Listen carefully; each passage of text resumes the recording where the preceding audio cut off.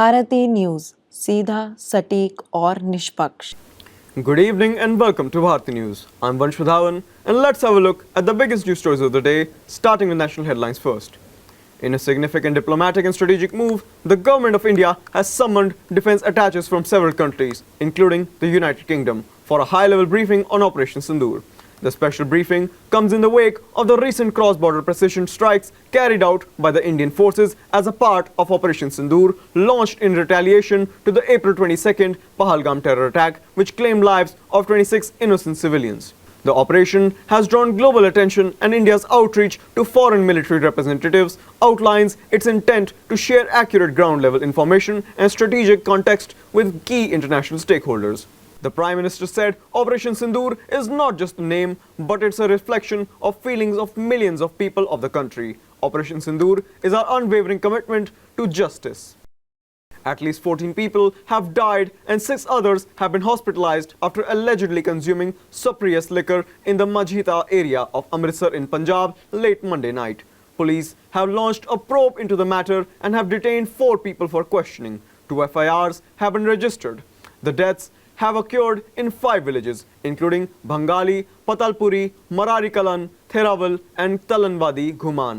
SSP Amritsar Mahinder Singh said the Punjab government has issued a strict instructions to take stern action against those involved in the supply and manufacturing of the spurious liquor following the tragic incident at Majhita. He further confirmed that raids are currently underway across suspected locations to find the locations of the manufacturers. We received information around 9:30 p.m. last night that here people have started dying after consuming spurious liquor. We took action immediately and rounded up 4 people. We arrested the main supplier, Parabjit Singh.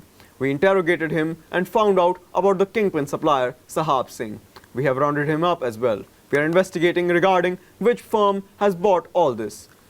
We have been given strict instructions from the Punjab government that strict action must be taken against suppliers of spurious liquor. Raids are underway. Manufacturers will be rounded up soon. 2 FIRs have been registered under stringent sessions, civil administration, and we are going door to door to find out more people who have consumed these to avoid further casualties and save lives of many people.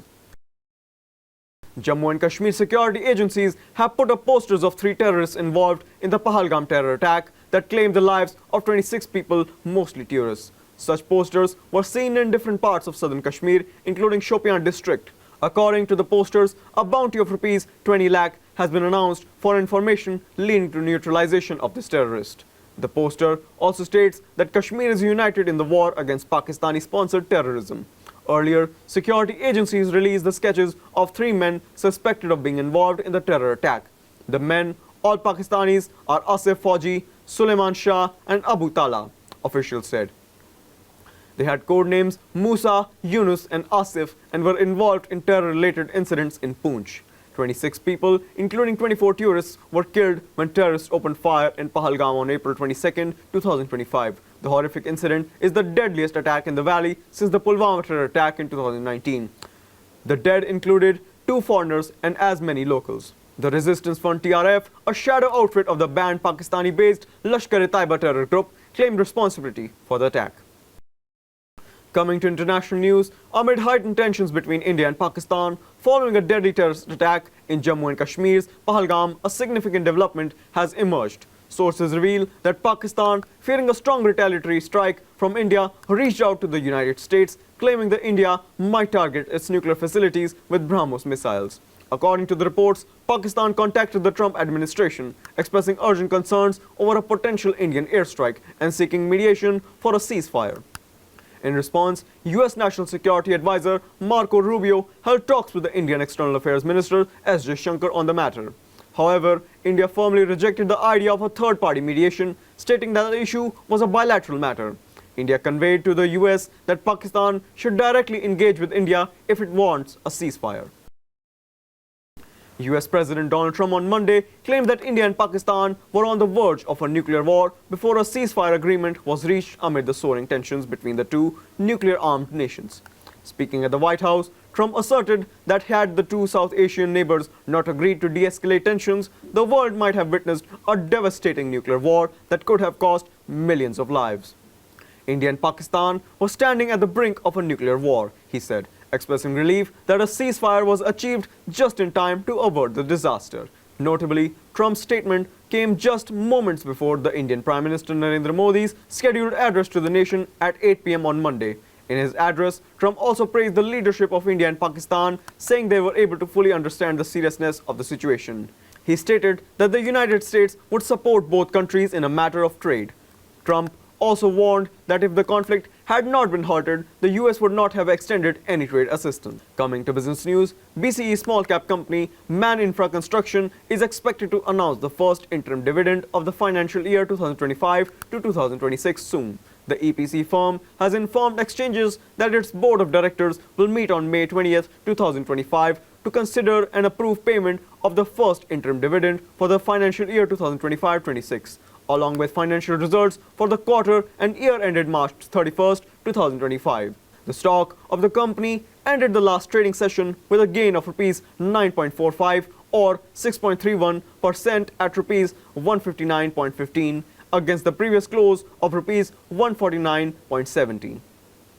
The script has also started the session at Rs 154.75 and touched the intraday high of Rs 154.75 during the session. The intraday low of the stock was Rs 152. The 52-week high of the stock is Rs 262.50 and the 52-week low is Rs 135.05. The market cap of the civil construction is Rs 5,464.22 crores. The price of precious metal gained in the domestic future markets in the opening session on Tuesday. On May 13, 2025, the gold June 5 contract on multi-commodity exchange opened today with a loss of Rs 18 at Rs 92,885 per 10 grams from the previous close of Rs 92,901. However, it rebounded to touch the high of Rs 93,843, an addition of Rs 942. Last seen, it was trading at Rs 93,713 with a gain of Rs 812 or 0.87%. Silver futures maturing on July 4, 2025 gained in the opening trade today. The contract opened at Rs 95,965 per kg on the MSX, a surge of Rs 621 from the previous close of Rs 95,344. It added further to touch the high of Rs 96,990.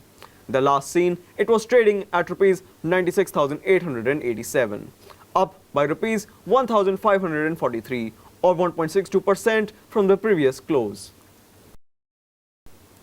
Ending with sports news, Australia named a 15-member squad for the next month's World Test Championship final against South Africa at Lord's, with all the regulars in the side. Mitchell Marsh was the only casualty from the home test summer, with Beau Webster taking the batting all-rounder spot, while Cameron Green has returned after a long exile from the sport and in particular international cricket. Sam Constas has been retained as the backup opener, with Marnus Labuschagne likely to take the opening spot in the one-off final.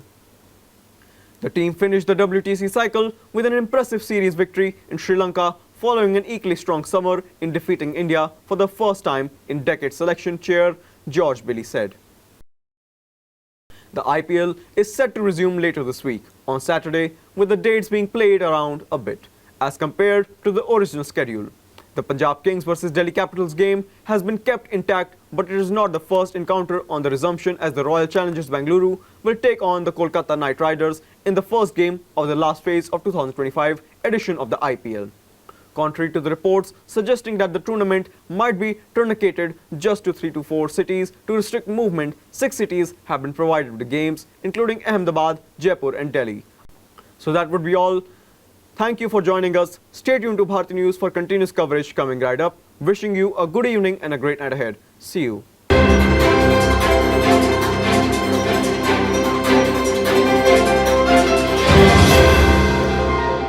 Bharti news, सीधा, सटीक और निष्पक्ष।